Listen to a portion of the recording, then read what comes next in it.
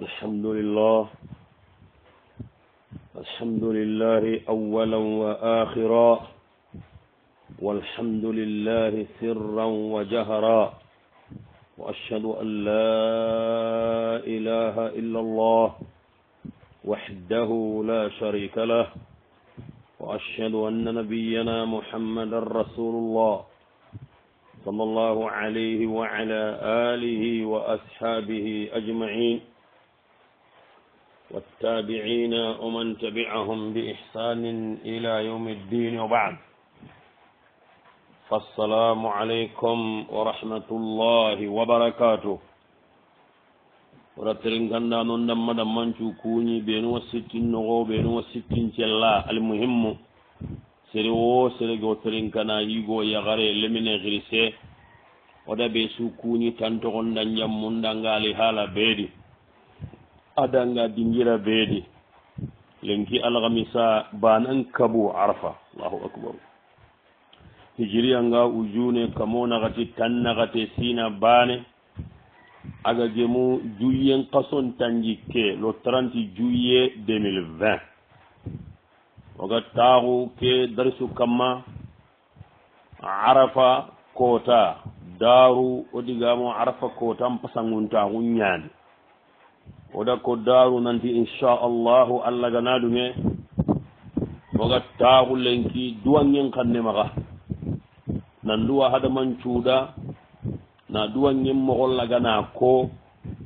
be gana parena allah ñaga arafa kotani ba arafa kotantananni ba anna xilli kam moxo duwangen caratinni maniya duwangen kiitenni maniya duwangen jaabiye a jikkunni maniya lenki danke darisu hay wurnu kenya kamalla ganadu nge algami sanjo ba hana puy subhan jalle balle mbay sar de be ka kundu demba kunda muy yeren kunne ya wuri batin nalli bogu mpabuno do ngilanuwa ndiguta darasu kay tan ñille tamba kunda bi idnillahi ta'ala be nugo din kiri dardo lenkini kay gamin kita alo jurunni kya waagiri subhan jalle ni baane ya kundu kammenda hayme Allahu akbar arafa ko tadduwa nyencire jikkenga jaabi ndendi silami nandu wa silami ndagantanya ganyero jikke wa jaabi ndendi iga konno kammenyi mewre duwa nyencire nyaan nda Allah nyaaga jalla wa ala ke darisu kundu ke taagura kundu hada manen men cuho gabanga be teringanda nan cu lew presque asusu mun denya hay ko tabe ga hollanke walhamdulillah wa sumun donya hay sabunu ngahimeyde sabunu beenu duwangenga jabini tiye igabo nanyaga allah maga jalla wa ala tatugulun cu hosire fi janum pay minna lenki idaga minna daru ina wino angana hay wa parane katta arafa ila sa'idi arafati tahira la allah nyaga jalla fi ula nga duwange su konno ke tawray ke darsino gondi allah mi jaabinden nunge allah bane kottiyan katta sede duwangen jaabini yella gañindan ko duwangu jaabi silami suuga duwa ku kotono gondi arafa kota keno gondi allah gana duwangu jaabi oga kacini nukuta hanaɓe keñani angada duwangen mugu tan aɗo langande lampuntangolle ñani lampuntangolle ngurani maniya sembe ganda sereɓeɗi keñan duwanga sembe ganda sereɓeɗi ke ñalla ngandini andana fo ñangin keɗa waccangati nduwanda angada duwan boɓe xey nakkita en tout cas ɗonga allah maxa allah gana njuuti xeeriya lampunte ñaxay ngakkunde ngam maxa he lampuntey angada ho xey ndam pantuga ɗon kinnanga ke mbatteya ngagaran ndey angana goli ñaxiri sendana duwanda bo ke ñana maxa lampunte ñane duwangenni lampuntangolle ñaay langannen xañi lampuntangolle ñaay serengatandañta yampanan maxa andin toro alqiyama kumane ndanna kiiti alampu a koriya aga maga kori anda ñomayi anda kutu anñakenta duna tunka ñiguguwa walla bannanuku serengana hisire ñakunda i hantuga ɗon kinnanga kembatteya seregana kullagani mamandi inallo kasonga kembatte ando keɓegan kawa ina dabari ken kutte keta serebe ga duwanga lampunte ñal duwanga mene lampunte ñallangandini oni lampunto ñaay semben toɗi heren tomaga dabaren tomaga a suuna allah maga jalla wa ala allah ni duwan kamane wona allah ñagana hajunu koyani jarana oga digam banaɓe konno kenni keya wonatu nandi amma riga naati lanatullah inati allah nemala ton dewayi anganamoy ganati allah ɗa kati langa awre he nandi ko allah gati ntaam banan maga laga wona kiiti ay lagarana allah maga awreni aline man ñaragana surandi bakka kama kiñeni kisungati alayhi lanatullah allah nemala ton dewayi nugute wakkatini aati nugute hillandi ɓe kiñeni duwange nan duwa haɗaman cuuɗa hina ɓolenki taake ke menoro duwange ke saabuña haragana ogati duwangen jikkununde duwangen mogonun ko on kusa duwa hina oga onan duwa haɗaman cuuɗangani ko kengano laɗanga mogoɓe gonayi fata wonu dabarni sakkalen kiɗanke kees ko ta hoore ayagani arafa kota hijanonga yayi gatta arafayi gonno cheikh allah gana hijanon bejullaga allah gani duwangun ñaami ayni tanga asdayi hiju kenogonene cheikh allah gana ke watte ɓurwa bakka juna yaken kamma hijanan magaboyege hijanon wa gatta arafa said arafa dahira yaqulu taala فإذا أفلتم من عرفات فاذكروا الله عند المشعر الحرام لا إله إلا الله الله كنا كورنا واتمبرا بكتنا نغنينا شيخ على في جانون جمال نغزي على سولي جمال نغزي نغزي أشكوا إلى الله من فيروس كورونا لا إله إلا الله بالأهمة ما عاد يعودون إذن عرف كوتا جلدنا غتاغو كوتا بسلامي سوغ بوليني ينغوري na Allah ñagandan ke taxuray ndin calliji subahan callen palle Allah gani nema sire be ga nemande ayna jiidi be ga nemantanandi ya rabbi ya rabbana hay arafa ko tanya arna toran mbugu hurun kam ma sire be ga torandi sire be ga neman nogondi ya rabbana Allah gana jiidi watunde suga sakka wattente gendi silami ñugumma aya garimma alaminamma agrisimma hate watte jinnangatte kilu watte sondongatte watte be yimme ankora walla dogotoro nun kora walla hammi watte bo holu watte beti watte hammi nyani ado shuji ana ko sa ko manne ken nanga ba garu ko ane she kine tora wallo kine tora gana daga kamma ana ko sa ko ma jarandi dur inte ho walla hammi nyani dogotoro nu ko para kelanda hammi ngal Allah gana wacun don jaga jaman no wolle honu tanum bogo wata ko ni batten la quwwata illa billah yinnangate ngohonwa وكل لطيفا بنا في كل نازلة الله لطفا جميلا به الأول تنياس لا قوة إلا بالله شيخ تنسي أنه هونو هنغا جبيت هونو هونو جليسنا كنسيرنا هونو يا غلغة ولهم عن كل ما أبغيه أشغالني وقد أتى خاضعا ولقلب كاسر هون لمبين بمين هون أغاني واتني من الشيخ ولا الله يقى جل وعلا lagana wattum barake lagani bagalli ni saga jaman nogolli honu sino tammi igata ko imanu kam eniro ni bagalli honu tambille sine are menga bagay ko lembe kenan karay melinga da Allah madunga Allah gana haminu nyara way arafa ko tanya de sheikh wali hammu an kulli ma abghihi ashghalani wa qad ata khadiyan wa li qalbun kathiru kemballo duwa kasoran gonda igame kane mo gobe yade huruku hajunna duwa ngenga nan koto besuwa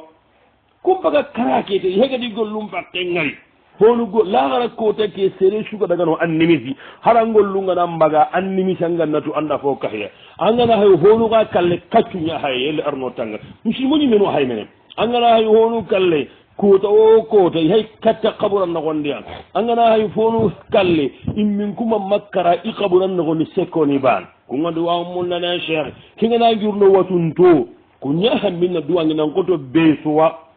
nadange horesu honu hay bar hengana girno kasorango wattenti yai makara ke hay kasonya sheikhana har nan daga joge yogonu ina lakkinango ñini kañi nan tunji allah nta bakka awa ko ikuña togon mbay iwa birantondi inta birantondi bire daga tanga biranta ko nogonni anda ñakkenta me kamma anda lemmuɗo allah ñagaji allah waala allah gana kasorango magan way arafa ɓeɗa way arafa kota ñayre hengana girno ahinu o duwa haajugumen cuuɗangani lew aga yagare ko tuna duwawu londi watti andi bitta ikkarake anna simmana kutumi aga yerene wona allah ñaaguiɗa ya rabbi ya rabbana mallani sagimo ko ani kisi opération oy hootima kilungatte ngima e kenden kiri daruwa iga duwawu mum noyi alo sereɗe ganani engage haare tu e howa saka killikinga sise o duwannangani mamin allah ganan caganɗumaga allah gan tambogal lemmugudati allah hormanda barake sere sugaɗa haajugume su ntagaɗo ɓe ginteri gana bane ketade hohogani silami ñaami haaju ngammaga agadan kaba kenkene agadan kaba igene haaju jarananani allah yagannin kebaga dallandaga haajunun jara nga haajunun gannaga kamaga dalla agadi jara nanati agada waccaki hakkati kotinga agadaga halle hay nga naga hanga batte kedi gonimi kallen liitini ka haaju kedeginga agaranta jarna haaju keɓe gagaxay ngaranta jarna oni sukkoy allah jalla wa ala haajugumencu lew allah gani haajunu ñaara na duwangu ñaaɓi hohogoɗo duwawu mum ɗo yere angada riiti allah wantu a wantogonda ñammundan ɗingirantu oɗa ñaage tunkaku wawi arafa kota ña kota hoore aduwangen cire ya rabbana allah gana haajunu allah gani jara kempalle o duwa silamin ñugonda yakaren cuuɗa arafa suume aɗa golli suren kutte ya rabbana yelli allah gana araga oɗangani no tawanne arafa gaɓe arafa gaɓe arna ko yoy hiiju gaɓe arna ko yoy no hidime gabo na sallugu sagandi kattoyi annamugude sina gaɓe o yonkinun cahanto ngani allah mbatten kamma e allah kannen kamma saage o duwa sere wo sere gaɗa hooga yooɗa oɗa kenkota sere suga har daru battara dambele agiyogo a jammunni dambele a amérique a down town hagaɗa karlemmo hilliya sinellagana tuga kamero tankaragel o junu tummi ani wari abada seri sugoda duwanpoxey nda bane ke sikke goɗo bane goɗo helli goɗo tammi fatuwa ɗonga allah maga jalla wala naragada mijendate enni cheikh allah gana xooxo silatiya arnoɗaga dema noɗaga kahutuna anogolni allah mbatten kamma arna yonkimba kenne on noɗaga ɗangani agaɗan kunnaɓuruka yimmi ha jungiyade cheikh allah gana ho sagiba tenne wonle wa kun latifan bina fi kulli nazilaten lutufan jamilan mihil ahwalu tanniha allah gatuka ɗo dema les allah ganaga dema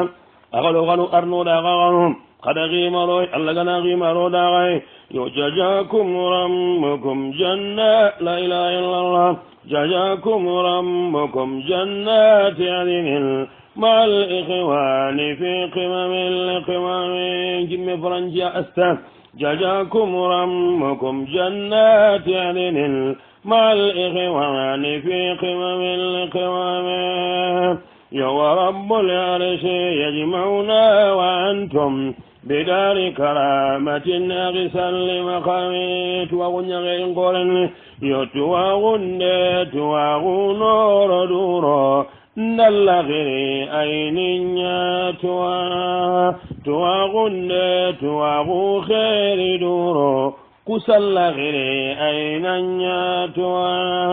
جلغنا في قصيدة ترنكا annadu inda ainin ya tuwana ngabegani inshallah rabbi min gaduwa ainan ya tuwana gellinna ki qasida bagande gabedu inda ainin ya tuwana ngabegani ngama ko allah min gaduwa ainan ya tuwana bismillahir rahmanir rahim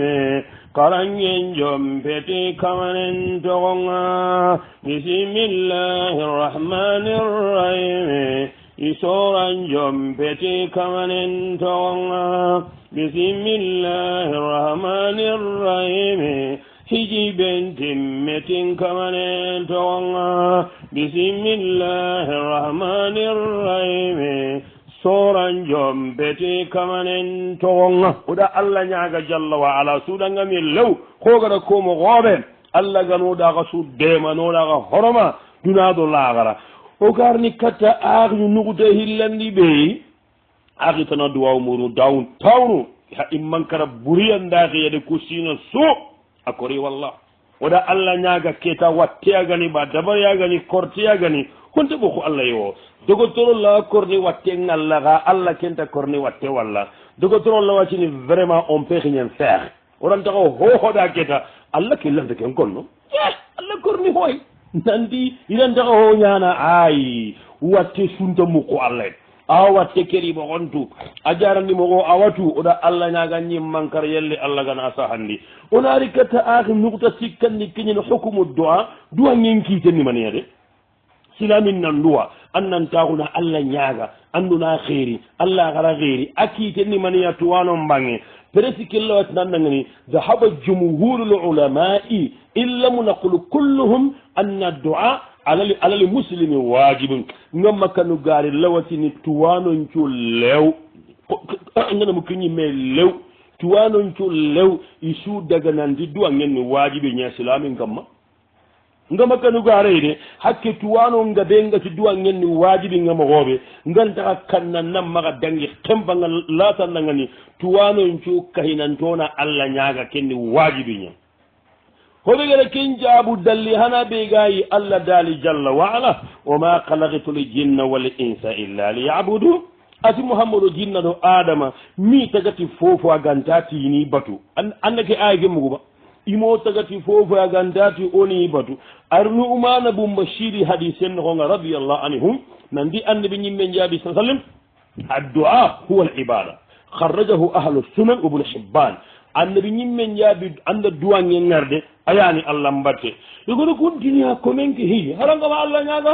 giti kibaru ma saheya kibaru saheya katta sere subilla garini anga xeeri be kitta bone de gan kitta ango yum pakke anne asu sahanden ni lew duwange jare ndey ko men allah baduta onadi kunkama noon nangani oye omaɗunga xamaxa oɗa xanta kara oɗa xanta parati o kuna allah ñagano oma tanda xibaru ma sahe allah yimme antowoni xiri antoronga annabi ɗi ati duwange ñani allah mbattenga allah yimmere mu ndomaxa nantoni ñaga jalla waala yaqulu taala wa qala rabbukum ud'uni astajib lakum إن الذين يستكبرون عن عبادتي سيدخلون جهنم داخرين وكوكم مغسري بيغا دوان ينتو قنو الله برني بانه يغوجي دي انت هي يكي بنا مي هادو كنا دا تيغا كنا نارغا كونيا انت حرام بايني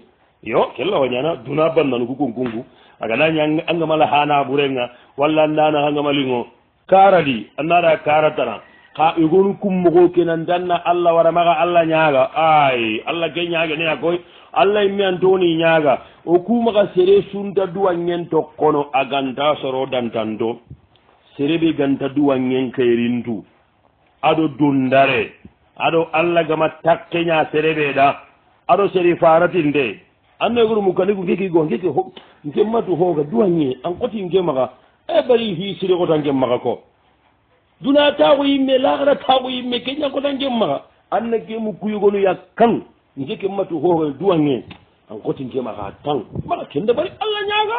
subhanahu wa taala o kun allah ñaagana jalla waala o allah gano jomuno moroxane one allah ñaagano hayɓe ɓeeno ngooye ani mo gonne ana hiixoto allah gañinaga ani wono allah imme an tooni ñaaga yo fa ya dal jalale wa ya dal jamale bar mutakarbi wa hayrale cheikh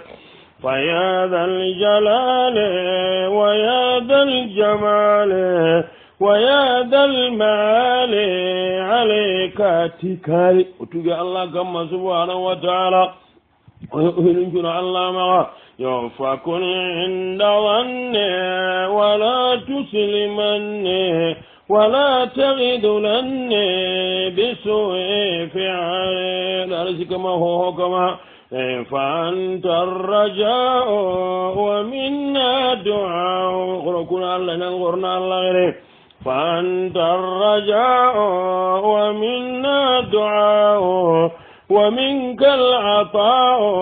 فهب لي سؤالي وكما الله نغرنا جل وعلا ay men toni ñakalani honnan cire ñay allah farilla ke ñaɓoɗo kisega annabi kamma mbegama allah ñaga ɓo tanga yo fa anta arrajao wa minna duao wa minka al atao fahab li suale awa faolan faolan faolan faolan فعلا فعلا فعلا فعلا بعض متقاربان كداش يا فعلا فعلا فعلا فعلا فعلا فعلا فعلا يا دكتور غمانك قصيدا لنا سكو غناتي فعلا yebananganare duwangen kas hono Allah nyaga jalla wala awa bananganare duwangen kasolle aina ragoda tunkasila ke qasida nyemere ke qasida sigiyere ke qasida magillo qasida linge billahi linge naburu bahal mutaqari wane yo ke sora nyemere ke sora sigiyere ke sora magillo ke sora linge la ilaha illallah ke qasida magillo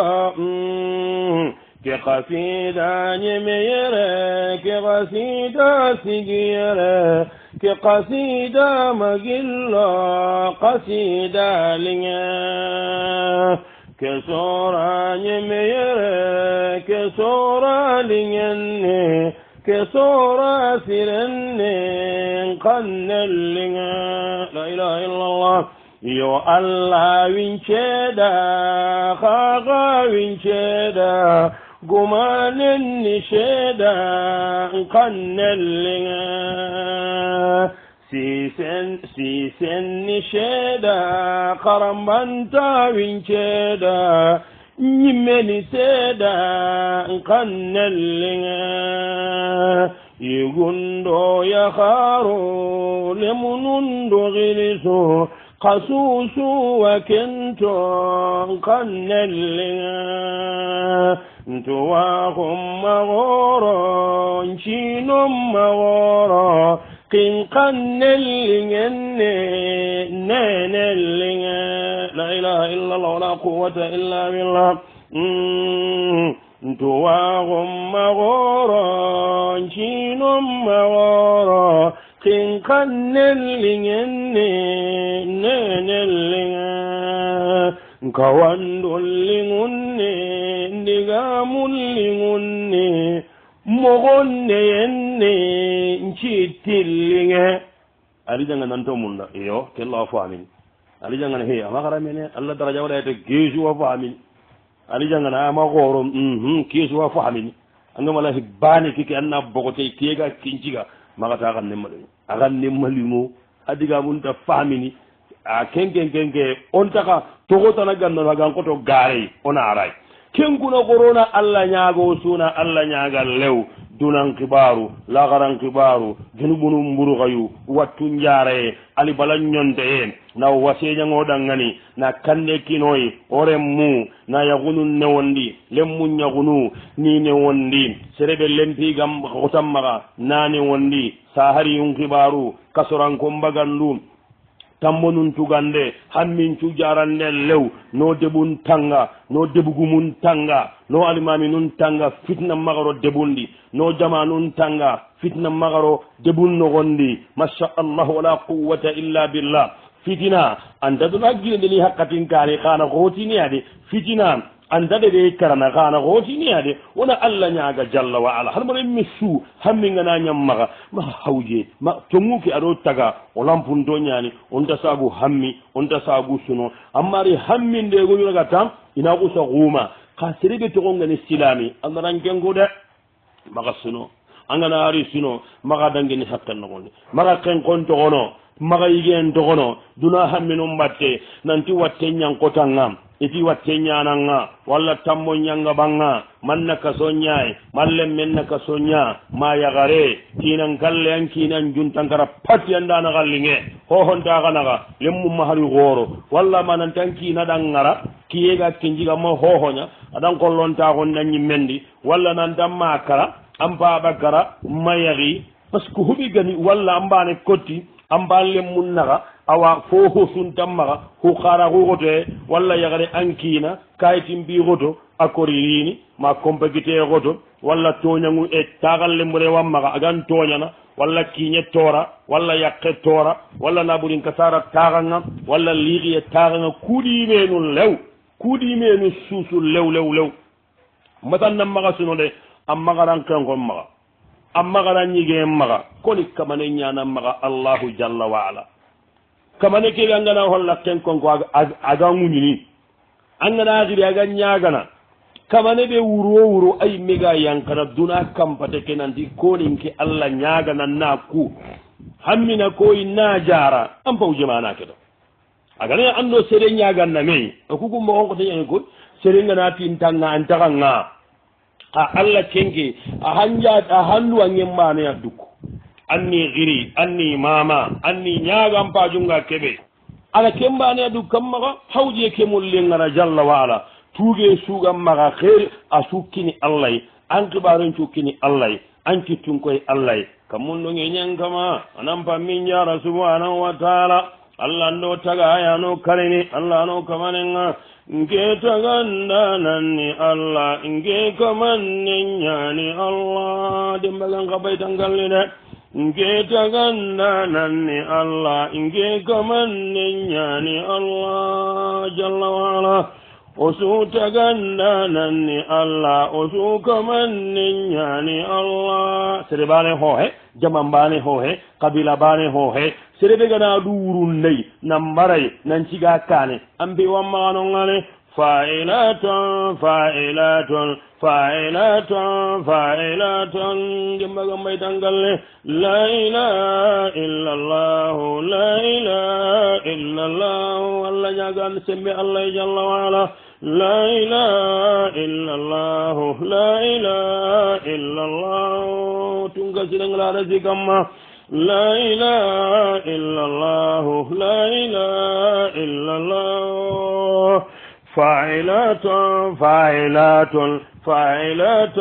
fa'ilatun nge taganda nanni Allah nge kamanne ñani Allah oswanillah nge taganda nanni Allah nge kamanne ñani Allah osu taganda nanni Allah osu kamanne ñani Allah getunga zine hammingana serbe kitodi an kamannin nanti Allah gaja hammi siyasu wa Allah nyaga hammingana serbe kitodi an kamannin nanti Allah la quwwata illa billah fa'ilatun Allah gana hamminu nyara la ilaha illallah hammingana selebe kitodi an kamannin nanti Allah wasimminanni Allah subhanahu wa ta'ala jote gana selebe kitodi an kamannin na koy Allah wala rizikamma fa'ilatun Allah gan modem arafa way arafa ni go dangane sel fa'ilatun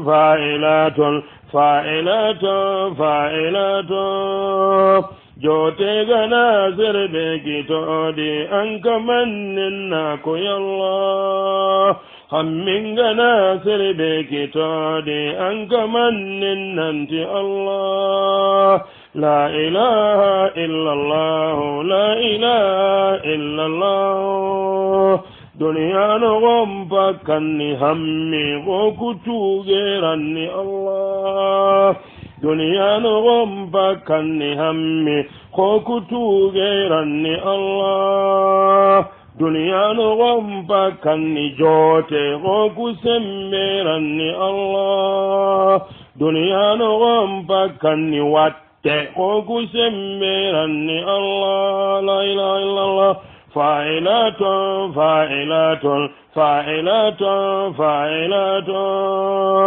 كاللي جناسر بك تودي أنك من أنت الله واتي جناسر بك تودي أنك من أنت الله سنوي جناسر بك تودي أنك من ناكو يالله جل وعلا hammi gana selebe kitodi anka manninna ko yalla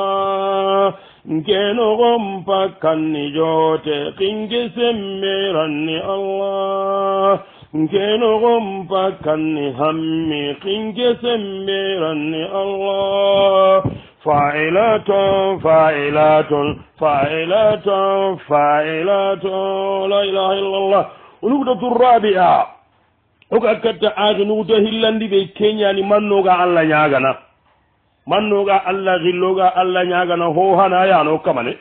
ayanno taga o semberannaya ayanno maha o junanaya maga o lagaranaya maga o ho honake allah maga sere sunto hinu marnaganda allah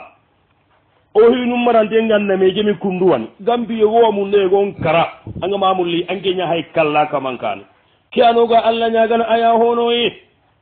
serebe hogananga andaballanga wasaniya hillandi be oga alla nyagana alla tanan alla gahe sere sura toramba ko kam alla bane kotyamba ka toramba ko kam kellangilu ngale qala ta'ala wa in yamsasika Allah bidurrin fala kashifa lahu illa hu wa in yurdika bi khairin fala radda li fadlihi muhammadati alla gana toran cagan kam sere sura tabakkan kam maganta Allah aneegunu taaxundi watten noxondi tambille sina agami sellandi sellene an xenna koy anna xendi kankiite kambiro ay naam ke anoga allah ñagana a baane yalla wo demana wa salisa o ɓe ganoga allah ñagana huwa allaji amarna bi dhalika ay men toni ñaaga aɗo ñiina nantinoñiminiya wa rabia saabu naxatandi we oga allah xilli bawona allah tanankiri ken paramum te ñaani na allah tanan ñaaga hoɓe allah baaneyagara waɗa ken paramum te ñaani maxa jinna xiri maxa woli xiri maxa kabura xiri maga yitte xiri kunni filla kappe ñaay allah xiri jalla wa ala wa khamisa saabu karagandi ɓe oga allah xilli ya annahu yujibuna ida da'awna ogana allah xiri ano ñiminiya ara ke ñakonona de mangama duwa ngen carate nun tanga wa sadisa saabu tummundi ɓe oga allah ñagana li annahu yahdab minna ida tarakina du'a bawo ogana allah xiri non dogono a buttuwa annabi de keña ko nanti sereɓe gama allah ñaga a buttuwa man lam yas'alillaha yahdabu llahu alayhi rawahu lbukhariyu fi l'arabi lmufrad min hadise abi hurairata wa hassanahu lalbani wa thamina saabu segundi ɓe oga allah gilli oya hajunna allah aken pajuntoy allah hajunna koy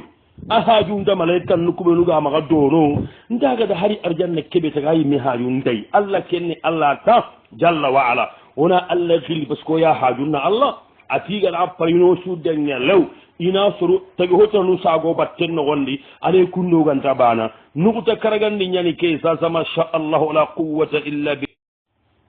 nuguta karagandi ngani keɓey awa wona allah gilliti maniya ɓegana pare anna allah ñaaga anna ñaaganati maniya anna allah gilliti maniya silamaku kenogo wona allah gilliti hinu sikkiya wona allah ñaaganati hinu sikke ho hana a togonundamagan kutonu a gujumba son gan kanneke e allah allah ñani sahandananga allah ñanin kamane walla amakan kutonu allah ñana balabala birante laare sikkamanda ñaaga allah tan togonuncu ho sire an togonuncu ho jee anninke haju jara ho ndaki na allah gilti togonundi makan kuto bakille men tay wa thaniyan hillandi ɓeoga allah gillitayi bi amalina saliha a waɗa gana serenna ngara keɓe ko nanda tahana ke nanta togonunda ay miandi walillahi l asmau l husna fali uhu biha mama kewo furanan gonde hillandi aɗa gona allah ñaga to golli siru harangana subuhan jalli jama annati allah nda ñaaga tilenkiɗanke subuha ngara salli jamande andinke haaju jara allah nda ñaagati angatu cigin carno kud andin carno kud daro walla yagari ñagananga allah nda ñaaga ti angatu nantindinkiina daro ma wundi hay kotabane allah lemmu mbaraki anni xeri ñigandinga amma faamu araganna allah nda ñaaga timpiiju walla ŋumura hohonta kuwa wa halitan hin sikkandi ɓe ganoga allah ñagana tayi annamu ndu sere maga ndu anda andi he agati hakkati agana duwiɗangani ke fakkati kotengeya wattegowani ima saha ke hakkati lixiyengeya mannogati kega daga ndenni ande ɓe ñimme ñen jaabi da'awati li muslimi li ahihi bi dahar li gayri mustajab annabi jaabi silami gana duwa silami ndangani agan daññagan joru kuy hagantame kamma duwange ke jaabiniya ati inda ra'asihi malakun muwakkalu angane duwanga silami ndaganta ñagan yero annabi jaabi malaika ñanci kañi mendi angana hoho duwa silami keda annamugo allahumma amina arname kinan kay iga kono tuwanoygonu kun jaga ñanayi meagelli ganni kunna ñana haaju ɓe gana hoti magagadi hammi i duwanga silami yogo wadati ken paajuwa angana taxunan duwan ñimmeɗa kundu sasam allah an ken pay duwangata agana allah sagana jaabi agama sagana ana toxono allah ntaxen nayi jalla wa ala xangana duwa silami ndaganta ñaxan yeronga malaika ñantini amina arname kinan xayi axa malaika nenken duwangenta xenne awa ku sikki ona allah gillitu koy ku bane kotogane duwanga allah gili ta toxonum posiru amaxanguto kallanko oɗa allah ñaga allah gano dema ti allah hormanda barake qur'ana hormanda barake fonta kenga qur'ana ni allah digan kan ne ñay ken payi ko allah maxankuto ñaketa oɗa allah ñaga aɓe gana baɗa baɗa birante aɓe gane haju jarandananga holdey kati faren boroma maxaro duwangen noxonde amaña omati hormante annabi de hormanga annabiya hormanga musa yo saka annabi allah dali musa xibarenga wa kana inda allahi wajiha annabi anta su musay donc hormanga annabiya xamaxa annabi horma ke ñanga allah ñagana tay walla timmatim baba nganamu ku yaxaro kuwati huttankina siru hoy huttankina siru ga xo pine yogonuga xo xeɗo mun tayga futtankina siru ɓenu idallo anduna jahannaba a ñaagima moro kumaxa abada xoxoore walla ti xaramoxonum mbarake walla keta anna wari keta sereɓege xara kabila ɓe maxa angane duwanga anna kumporomanko andamogude ti drame kundan comporomanda barake xonte kunda hormanda barake kabala barake jagana kunda barake ke su wacca a suwa tagayenga ona allah ñagana timaxankutono kuway anga xara kabila ɓe maxa an xaramoxonu ani i daro on daballano i horoma on daballano dagi kuñi i bara kemmundu mangankara kotaɓe xa maxa allah ñagati ken kabila horoma dalle mawra kamma kundigandamuna tagaye ñaay walla woli xoron toxonu antoxo gun konno jumu kaban poromanda barake fode moussa xonte horomanda barake fode moussa kaba horomanda barake fode bakari xancoga ñammaxa lecce gori darame ñani sama ñani arna hinnay fode marimaro jombera a horomanda barake fode maxan ciren cilla afo hadi xarle mon kabi o xoramoxo ahmada mbabaga saqa maxa tumbukutu umarlu waliyuga saqa maxa tiisi fode aboudullahi marega maxa mullinne maliyanino ngani alay maarufuga saqa maxa yammo xaram mamadou suware aga a kontimanga tabbi simmoto kemu dalle mawri kamma soro xoro ñani woli xoro ñani o ku an xawana ndu yikku ikum ba karagetawo sereɓega kara ken paga ɓuuri aya hajum mba yanduwangenga on maxa kuro duwange noxonde few ona allah ñagana sakkante ke ɓenu gadana taxu xaɓura ñakam ti kunnagi hajum mun no xaɓuranga cher kenne billa kappe ñayir walla ma tañigor num poromanda barake tañigor no an xaramoxal jimme jaxo no haybara jaxo amarabul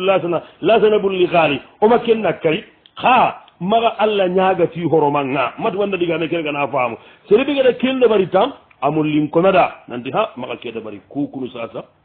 ɗi wawu nogondi wona allah ñaga na timaxankutanu ñayi yogonun tawuretu agada fahama haga ma fahamu annamul lingara wa nugutatu assadisa oga kasini axini nuguta tummundi ɓey duwangen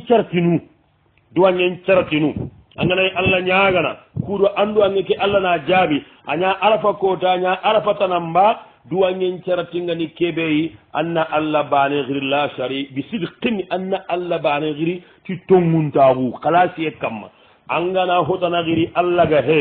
nandi duwange kima jaabi akama lantan jaabini wo sakkante ku furu ku woli xooro iwinemandi aussi meedi inchallah angana ku ñagata sanke mbayerea ku lantan paaɗi on ciɗono ange ma faamu huruhuku kuña haajum boyo kuy onduwida a gañakkame woli xoore a gañakkame tuwana a gañakkame moodi aga faati aga buri aga nema suudi annan nduwaɗa alinoɗa ɗangani agge mayya bawa ho kappanema ñaay kanke ngana ke allah ñagati ke ña horomanga sasa ken kayi mejji ke mbange ñandu wiida sere ɓe gana hotanakiri allah ga he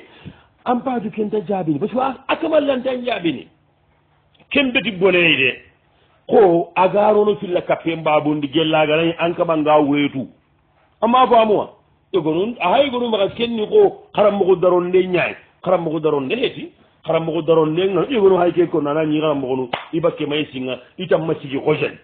a ibakke may singa karammogo hari alo ima dabari maru cenkantina ko bo na xi karammogonda walla duwampo gelligana kiñammaga bala e sikkala ma buutu xantaxame walla karammogo ɓere nanna kuña korosi anna horoma anna maga hamayi anna ziyara anna yakkundade mum korosi awa duwangen caratino agni woyagare angane allah ñagana allah baneya ñaga duwangen carati hillandi allah yadi uwalli mari ubi ismin aw katia silami ñagananga duwangen carati maga duwati junubudo allah junubudo e junubunte hiido sumpukkute he anna famuwade angana kenda bari golle bonnan maga annabi ñimmen jaabi la yuzalu yustajabu lil abdi allante gillaga komen duwangen jaabini agama duwati junubuyi aɗo sumpukkute he annamugude ala agama horti agacini kede allah ñagana annamugude haribi allah mi duwangen jaabi angana kunka hakkite maga tan ñimme allahi an duwangen nanko sa ba yimme lew duwangen carte sikkandi agnu anna allah angane duwangan condone kenan kalasi annan cakayi nanti allah wa jaabi annabi ñimmen jaabi udu llaha wa antum muqinuna bil ijaba kada allah ñaga kaddankana on teñanantanaga jaabiniya kanga duwangen no barni ankilunga ɗo goore anga duwanga ankilunga an haalisiɗum kontin gamma anga duwanga an kuutu hakkanga kattaye boyi nan danɗo kengada ke duwange jaabini kamma ko annabi ñimmen jaabi kisiyegamaga inna allah wa alamu anna allaha la yastajibu du'a min qalbi llahin rawahu tirmidiyu wa tabaraniyu fi l awsati wali mundiriyu wali haythamiyu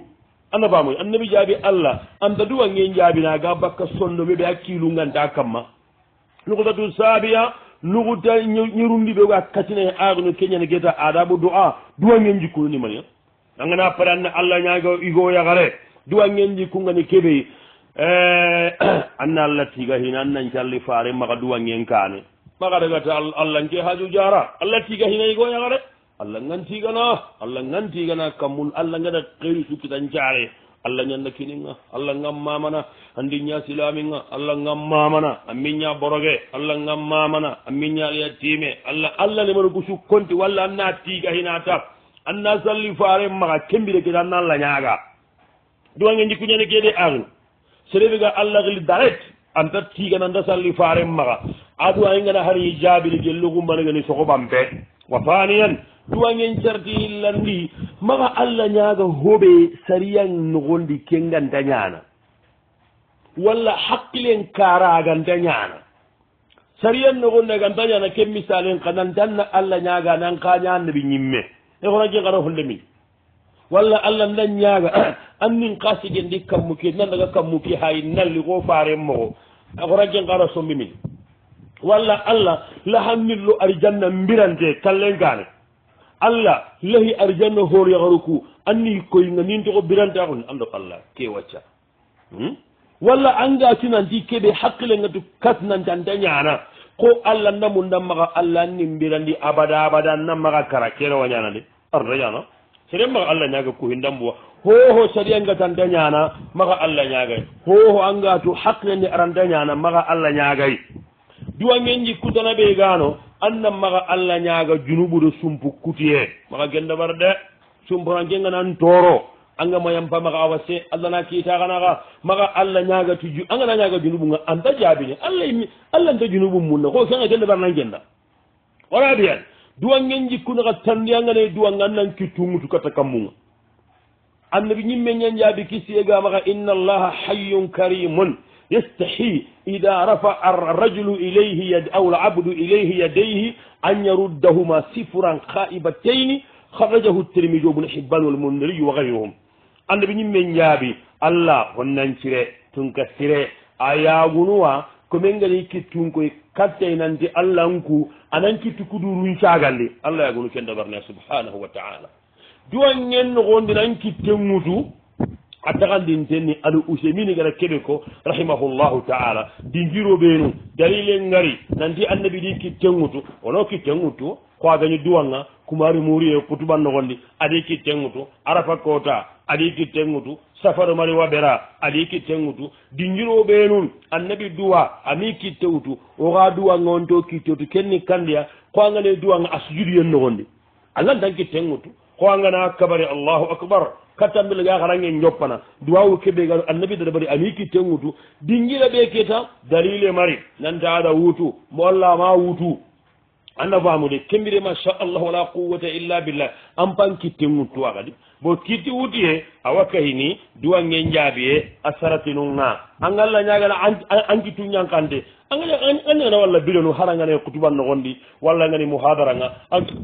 angane duwanga fonu hay amin allah ngana kundu wata inti kitte ŋutu mi gadi yimme lagana jimindi ngeke fahami en gengengenge aɗaɓara me nganatina hom pahamu alan weringa ala samante ñaani de la samante hooreña hay kunu sasa agenu dingira su dalile ga mari nanti anday mi kitte ŋutu yere on datuma aɗa wutu on datuma ma wutu ono kitte ŋutu a bo lasilinni ke ñaayi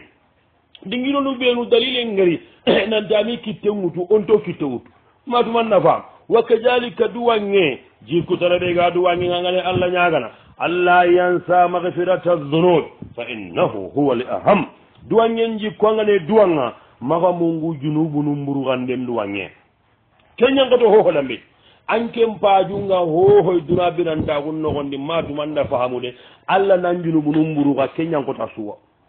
junubunu kugona ɓurge ɓane dunambire mogollingo lagara mogollingo wa kadalika duwangen jikkunu ñani kadi konti de la keta ke xay mena konti da xana konti di mbatta keta duwange a jikkunu ñani kadi an ya'kula li halala wa yalbasa li halala anna ñanga halale ñayi gana halale ñang kannenga li hadithi abi hurairata inda muslim abu hurairata hadithi muslim andi annabi ñimme ñaabi inna allaha tayyibu la yaqbalu illa tayyiba ati allah senne ñani amalahi hoyaganta ho senne nogon pakka wandi harame gennan kitteng dugata allah annabi meti allah ga njaabinimo koɓe ko inta ke ñaak doke ɓe gan kanne harame ñen yigande ɓe gan noko harame ñen anga wurnuɓe wotoɓe no onni anda yego a kippa anda ñakkenga kaɓeri kaptali ke anda yego a kippa anke nati ya rabbi kayf wa saabi an jikkutana ɓe gano duwangen jikkunu akkudu anndu a ngennan jaabi anna haqqati nun ɗo ali haala nun korosi aɗo dingira nun haqqatun nampasumeyde haqqatun yogonu waɗi kullu a ngennan pasangunta haqqatun yogonuwa aɗo dingira nu yogonuwa ɗo kadi katiya inchallah wa thaminan jikku segundi ñani ke machallah wala quwata angane allah ñagana rabbi anna maga mugoɗo ke kalime qur'ana ke haayi angada duwange suwari qefarencu law a sutu ya rab ya rab ya rab ya rabbana ya rabbana kelliñi allah ɗanganiya awrani allah kamane ñahoninga agabangaɓe angana ke kahongane duwanga ya rab agabangaɓe allah wanduwanga jaabini wa tasia jikku kabundi duwange jikku kabundi ngani heeɓi an yasala allah bismihi l azimi l adam iganati allah togoɓe gorengani angane allah ñagana maga togo halla de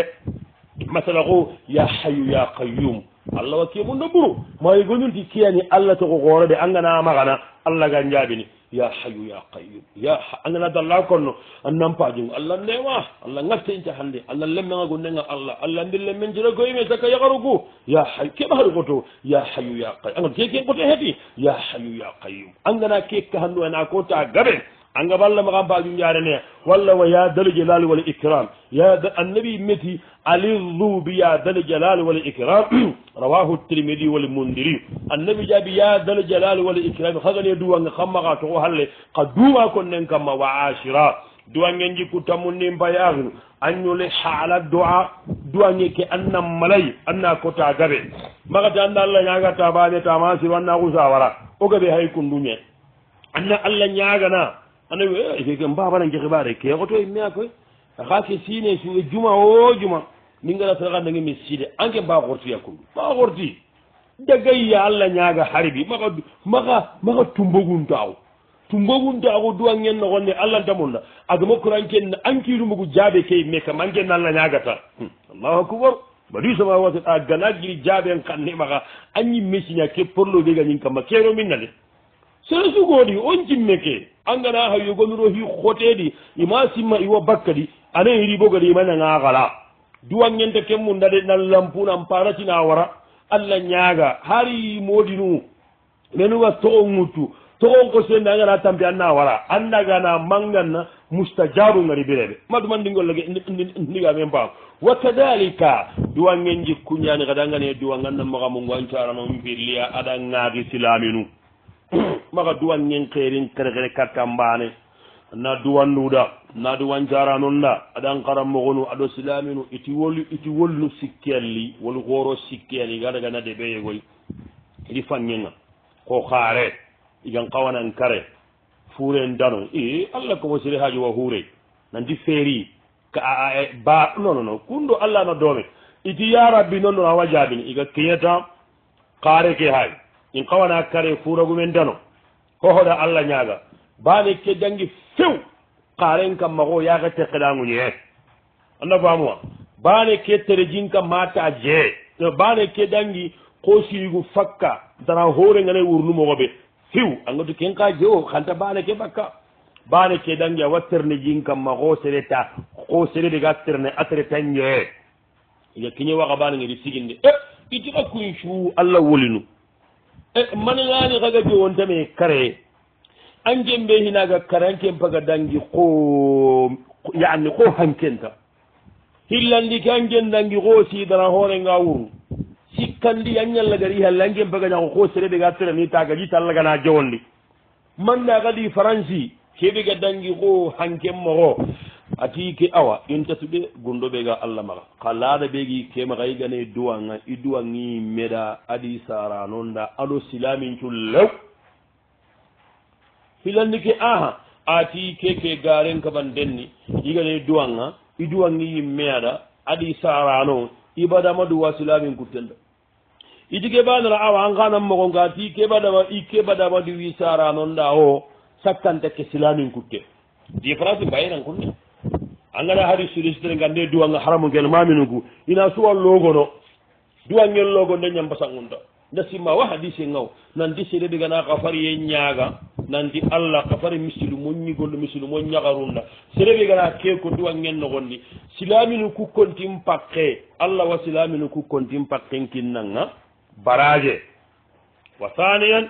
hillandi be tanaga no ngani kenya ni gata yo duwange keta kenni kenga onari katta nukuta sigundi kenya ni keta haqqatinu be nu duwangen cire haqqatinu be nu duwange ogatini ki haqqati duwange o jikke waɗa jaabini walla ke dingira duwange o jikke waɗi a jaabini la shakka arafa koto keɓe ko ndogade arafa kota jikki xote ñanamo ga nan dogana allah ñaga hohoyne ni kotoa sakkanta kuku menuga hiju ke yimme kusanti mannogoɗa ke ngowande ɓe ñimme ñen jaabi hayru duwa yowma arafa annabi jaabi duwangen cuho sirenni arafa ko tan duwangen ña sereɓe gana duwa arafa kota o jikki xote ngomo ga nanta jaabiniya wa thaniyan dingira hillandi ɓe duwangenga jaabini igana sallen kiri salli xillanan nduguta katti billaga sallen cigindini angata duwawu suɗoɓarnowa jaabiniya andaɓe ñimme jaabi addu'a bayna al adhan wal iqama la turaddu rawahu lmundiriyu wa suyutiyu wa gayruhum annabi jaabi salli xillen no salli siginden naxa duwange ɓe gana koñino allanta sagandini ana jaabiniya korna duwan pakkatinu ngorosiya duwangu jaabi hakkatinu wa salida namugude loko sikkandi ɓe duwangenga jaabini fi jawfi lleyle l akhir wurunnaxane sereɓe a gilli fajirinkane ti eri ma ernu helli anga allah ñagana jalla waala an nampinun koye allah an junubunu ande ɓe ñimme jaabi sa sallam yanjilu rabbuna tabaraka wa taala kulla leyla ila samai dunia ande ɓe ñimme jaabi wuro allah yankana katta duna kambate key annamugude uron taxandi sikkandi annamuganati man yadiuni fa astajibu la koninke allah gilli nañimi koni ñagana naaku kola gafariye murninga na gafarada rawahu lbukhariyu wa gayruhum awa urlagare har kumbane wuro kenken be arafankote kendi wuro wurowa fajirin kane giri anna ken kongara na ñago ñanki ara kam pakke daga to ngamma anna salligo yagare annan kittumbay katta kammunno ngiñenno hoho kama wa thalithan walla warabiyan hi sikkandi walla hi nagatandi duwa ngen jaabiye saabu nagatandi ma dingira nagatandi adduwahu fi sujudi nan duwa a sujudi en nogon angada ñin ko lantaku ngeñe ngantujudinte angada allah ñaaga hohoyno annabi jaabi aqrab ma yakunu al abdu min rabbihi wa huwa sajidun ɗo ñimmen jaabi ko men ɗo allah gantintano huɓe kennayin kollanganay seenga andaga sujudi allah ɗa ken paɗi so rawahu muslim naam angana allah ñaga hohoy a sujudi en nogondi anga walla maga allah na jaabiniya jalla wa ala wa hamisa hi karagandi ɓe gano duwangen jaabi en karagandi aɗa jitihadu be doa fi yawmil juma juma wo juma anna duwangenga bonde juma gel lekki yengana bogu magan kenu annabi jaabi leerigo wa jumandi sere sunta kel leeri kittanga anga allah ñagana hohoy xeeri gani aganta gadaña an kawa juman koota anna duwawu gabegaben dabariya manga gemme kel leeriya ala nago sanduwange jaabi wa gamisa walla wa salisa ke dingira tummundi ɓe suwaru ngara ko nanti duwangenga jaabini jikki kote kamma farlan calle su a walla salle suwani keta angada sallen calli anduguta antaku antayya andugu tattayyanga kattambillaga salamu ndabarini allah ñaganna hay annabi jaabi thumma liyahtar min addua ajabahu ilayhi falyadi'u rabbahu angana taguna farlan calli ba nahilan calli ba anga tawgetake antayya mangatini innaka hamidum majid ambillaga salamu yen gusa allah ñaga an ba gujum banayi soni gan kanne ge amen nanti ko arabin kanne anganta rabin kanne mukkuko a gujum mbayi antagunteke tayyake halfe allah dañaga allah dañaga allah ñandintaga allah ñanin karni allah ñanin mbirandini allah nki hammidin pammi allah nki haaji ko timmaga allah tambi allah lasame allah nema halas antagunteke hayde na gujumbo son genka walla kaado bambara oloho jaganke mallinke fulle hohonde agabanga ɓe kenuko aduwa nge jaabini seren calli attaku attayyamagatini innaka hamidum majid hohomo togona salamu ndabara kusa allah ñaaga anga walla maga jaabini wa sabiyan hiñerundi ɓe gano serengana dabari anduwa ngenga jaabini ida awa ila firashihi tahira wa dhakara allah سريدي جناي حتى يدركه النعاس لم ينقلب ساعة من الليل يسأل الله شيئا إلا أعطاه كم بديتي أصحن دينياني سريدي جناي سقوا النغني أن صلي جلغا أن سقوا إيقو يغري أنغني سقا الله أنشغوا أنتقو الله هنكو نما كنقونغا الله هنكو تنبكا لقند أنكو سقنك angana yillan kuppe tasu rondi anga heje tasu rondi anda alla nyagana hohoy dunado la gara geri aganda alla gara kinan arawahu tirmidhi wal mundiri maduman dimpam na salli jillaga wadam billaga saqa anna laga saw tele won jagul ndi ageda maga tan message tangade am bay allah hinya konno mo ko sugal nyana gal nganda ko rana ke gara gal nganda ngani ganna to gotini la ilaha illallah la walla astaghfirullah ana ke ta allah ya nduguta anda ga sagu an cakan kamma allah hinko ma ken konganna allah hillaga na kutuba kallaqen na genge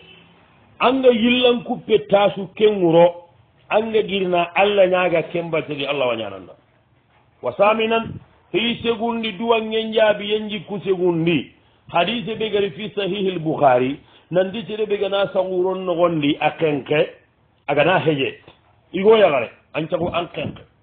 anga heje batte be di an kusati la ilaha illa allah wahdahu la sharika lah lahu al-mulku wa lahu al-hamdu wa huwa ala kulli shay'in qadir alhamdulillah wa subhanallah ولا إله إلا الله والله أكبر ولا حول ولا قوة إلا بالله اللهم اغفر لي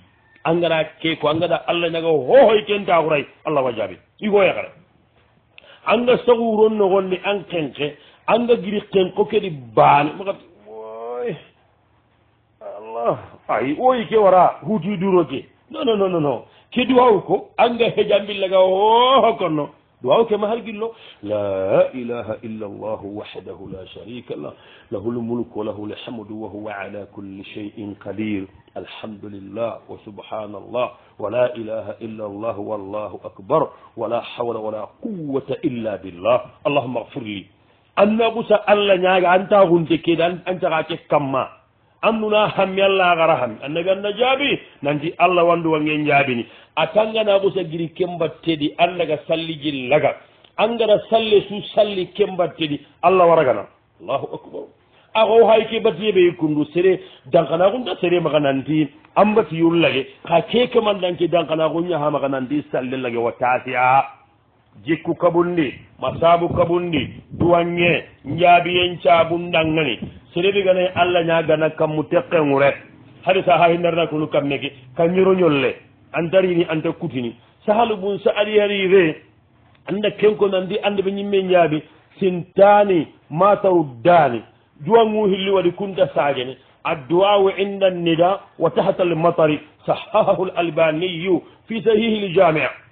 annabi jaabi duwangu hilli allah nta kun caganana kun jaabiniya salli hillembire ɓenda allah ñaaga kammu tekkeno liyengaɓe ɓe gana allah ñaaga tuwanu gañana kembire kamme gamerini ina ko sabugu nandaga si kamme kene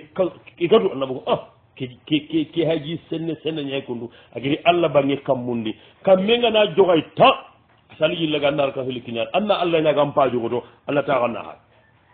watasiya walla wa ashira jikku kabundi walla saabu kabundi duwangen nan jaabi saabu kabundi jamu jama ji ɓe ganañamin ne andaga hejjunga walla umra hadise ngati ma u jamu jamu lima shuriba lahu alibañina ke sahandi fi silsila angane jamu jama jimmin ni hijarama umrangume walla sawri taxano ko allah ñaaga haaju ɓe gam maga ha dogotoro sa iribu nasiri chadari rahimahullah ndema tirmini kay fil haramil makki nda hadisi ke jef mahara timmande ati la yasibutu a kenti hadisi ke masaha nan dangane jamo jama jimminni angana keɓe nangana hoho duwa a jaabiniya iyo yalahumma keta hadisi kuwana angatu ma uzzamu jimuli ma shuriba lahu nda simma kendaɗo duwa nge ken payɗo angana keɓe anniya jegara tirmbiyo a kenti ke anta sahana ka nandi anganañi yalahumma keta aɗo albani isu gumbu gooro ma hadisi baane ki ani ba igede min sokadi kunduɓan datu sawrin dalugo aka hodde mana ketaɗe yo ma uzzamuji mo lima shuriba lahu aɗo igatini angana duwa jamu jama jimmin nembire a duwa nge jaabintenni ida koɗo ke hadisi ay ba ma ke hadisi ke ŋurendaɗo duwa ngey ke kennaɗo angani jamo jama jimmin ni angana anneya keɓeya allah wañanandaɓa wa ahada asara tammunno banandingani hoɓe duwa ngenna njaabi da'awati jinnuni yunusu bum mata igata bagandi battondi agata du hitta yankana bat geejun nogondi ñere ngara toni agata wirdu be dabari serebe gana ken dabari agabanga be allah wa jaabini allah wa njaabini la ilaha illa anta subhanaka inni kuntu aso hayke eme la ilaha illa anta subhanaka inni kuntu min alzalimin annabi jaabi silami wo silaminta allah ñaaga nati key hiikote suuli aganta allah gadandema ke hadisi gara wahuli muñiriyo tammundo hillandi masha allah duwawu ɓe ganta saagene toñagundi yemmen duwange angana seren tooña agana tintayam bana ma aganallanga pare a jaabiniya sa haranan duwange angaba allah magana jaabiniya saranon pilligana yiren mellanga mi gana duwada angaba allah maga jaabiniya de aburotasi annabi ñimmen jaabi salasu da'awatin mustajabatun la shakka fihinna annabi ñimmen jaabi soro sigi duwangu sikki waɗi kun jaabiniya sikkantayi toñagulde yemmen duwange sa haranan duwange saranon pilli duwange anda famude nugu takka bundim paayi duwange jaabindi mbalaku duwange sawuɓe ga sikki duwange ganta jaabini kenke akkisuma taqaddama dikiruhu o gara duwange jaabindi ku sabunu ɓenu kone kun kontireri ɓe gana kunna bari an duwangente jaabini sene ɓe gana xurti allah duwangu nogondi an duwangente jaabini ɓe ga harame ñayi gana anduwangen da jaabini ɓe ga allah ñaganati hi ɓure ñayi o gada kuɓenu konanti duwangen jaabi yen caratu nun ni kun ñayi kun kontireri ɓe gada kenda bara anduwangen da jaabini nugutatol ashir onari katta duwawu nakata nuguta tammundega kenni kandi a keñani o gati nanduwangen na jaabi duwangen jaabinde ma nande mani mehina bawo magada ga simanandi o ganati allah wanduwangen jaabini awren ko haaju ken cirono annabi ñimmen jaabi ma min muslimi yadiu bi da'wati laysa fiha ismun wala qati'atu rahimin illa ata'u llahu ihda harahi annabi ñimmen jaabi silami sunda allah ñaganati xeeri ngolle aganta allah gada hinuku sikki banu mbekkine imma yu'ajjilu lahu da'wata mangada ñaga keɓey ana kina ngayre non ɗono ampaju kena jaare walla ma nanduwange ke baraji mantaxundankane alqiyama xummane walla ke ngandey ana albala yonto bakkan kam matay rawahu lbayhaqiyu fi shu'ab wa ibn asakir والمنذري في الترغيب والترهيب وصححه الألباني نعم أولاني منيا أغناتي أذرا كاسي دوانين جابي أروانيني أمباجو كنتسيرونو أروانيني نانغا نانغا حاجو كبي حاجو كمسيروي قاني دواني جهاجا جابي دواني كي جابي كومي الله نسي أغنالي الله نسي أغندي أنالي ندنغني angada ñaaga haaju ɓe ala ko so haaju ke jaara o wona keke ñamunda men yelli allah gana keñagoɗa aganalinga dangani hagadan ɗuwange ke jaabi xana baraji mantaxunde ankane laxara walla aganalinga dangani hagadan ɗuwange ke ragana jaabi xana barati anno ali balayogonaxa kede ku sikkibaru mbesu angatu an kaɓanma perdi an kaɓanma perdi ɗuwangen ke xeeri duro iyo namundana kiya laabandi ogadati kaati duwangen jaabi duwange ke jaabi nonɗo wan paaju ke siroyen tameɗa killay ancenga place yogo murunandi ella allah gana ken place takkanga a ganani haliɓen nagama wuru anta kinnanga ka mappenedi de walla allah yagareygo yagini a yagu keɗan pammi anda allah ñaga allah watu angana ke yagare yagi ancinke ir andan cinken bakkanduyi andan cara noon kutini andan kabilan kutiniya akagante yakata ke yagunne wondini anda ada haga dandu angella gana jaabiyade watu nteɓe ogo duwanandi yelli allah gana girni arnaya jare wattey iga magaña kundu a ñemenea anda ñimini wu ada satinganagemo ala gana bane kottiye ma kundu he teranaɓe ga duwa arna killelliŋo killenga maliŋo a ñemenea duwangu kuŋo magasimo ma jaabi de ara wañini i jaabi i baraje ŋo dukku lafara oɗa allah ñaaga subhanahu wa taala arno arafa gabo arno bana gabo arno salle gabo arno sunkaso gabo na batiyullagoɗa no hammira hinu ñara wara fan cuumu ayniragoɗa wara golli siri suuñam ayniragoɗa o golli ɓuru o junubunu towyen kamma futunden kamma munguyen kamma to mbaɗa hun kamma yarabana yelle allah gana yampi o gadadi wawu suduwayen o taare الله غني جابي وصلى الله على نبينا محمد وعلى آله وصحبه وسلم والسلام عليكم ورحمة الله وبركاته يأتيكم العافية وكل عام وأنتم بخير وناتي غدا واغلو سينا غبو أرنا أخنا كمبل واغا واغلو سينا غبو واغا دي مي غبغا دينا الله مغا ala ko yin ko mo ku yogon wayde yella go ko kun ko moy arno bana gabo no da ga salle nya salli udalinginde nanya salli barakinde nanya allah kanne salle no warja ga salli bana salli gabe sun qasu gabe qidimi gabe arafa gabe no warja ga hijana gabe na hijanun ciru shagandi belu gani gada hiju nyebbi hirigi allah ga maro kidel ya rabbana waga hiju nga allah maga allah gana ko yodiya yelle allah ganta non kumpanto o silamil len men cuudi wassalamu alaikum wa rahmatullahi wa barakatuh ya'tikum al